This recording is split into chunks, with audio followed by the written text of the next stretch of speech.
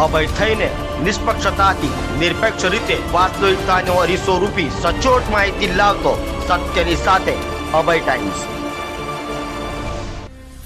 પૂર્વ પ્રેમિકાના ગળા પર બ્લેડ મૂકી અપહરણ કરી લઈ જઈ ગોંધી રાખી બળાત્કાર ગુજારી ભાગી છૂટેલા નરાધમને પોલીસે ઝડપી પાડ્યો છે।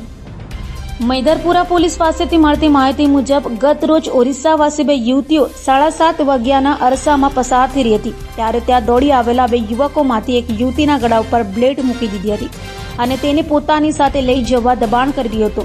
યુવતીઓની ચીસો સાંભળી ત્યાં ટોળું ભેગું થઈ ગયું હતું। મામલો સંવેદનશીલ હોય લોકો મૂંઝાયા હતા, પરંતુ એક યુવકે હિંમત દાખવી હતી અને તરાપ મારતા હુમલાખોરે રાહદારીના બાવડા ઉપર બ્લેડ મારી દીધું હતું। લોકો મળતા યુવતી ત્યાંથી લોકો વચ્ચે દોડી આવતા હુમલાખોર ત્યાંથી ફરાર થઈ ગયો હતો। ભીડ દ્વારા પોલીસને જાણ કરવામાં આવતા મેદરપુરા પોલીસ ત્યાં દોડી ગઈ હતી અને બંને યુવતીઓને પોલીસ મથકે લઈ આવી હતી।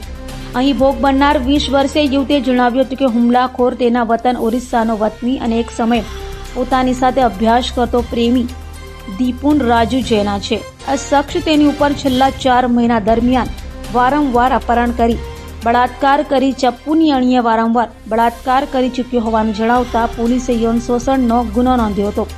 આ યુવક તેની પાછળ 4 મહિના પહેલા સુરત આવી ગયો હતો। સ્ટેશને ફોન કરી બોલાવી વરાછા વિસ્તારમાં આવેલી ચાલીમાં એક મકાનમાં લઈ જઈ 7 દિવસ ગોંધી રેપ કર્યો હતો।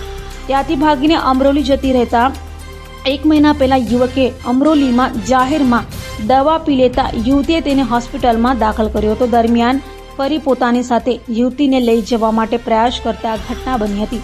પોલીસે આરોપી દીપુન જૈનાની ધરપકડ કરી વધુ કાર્યવાહી હાથ ધરી છે।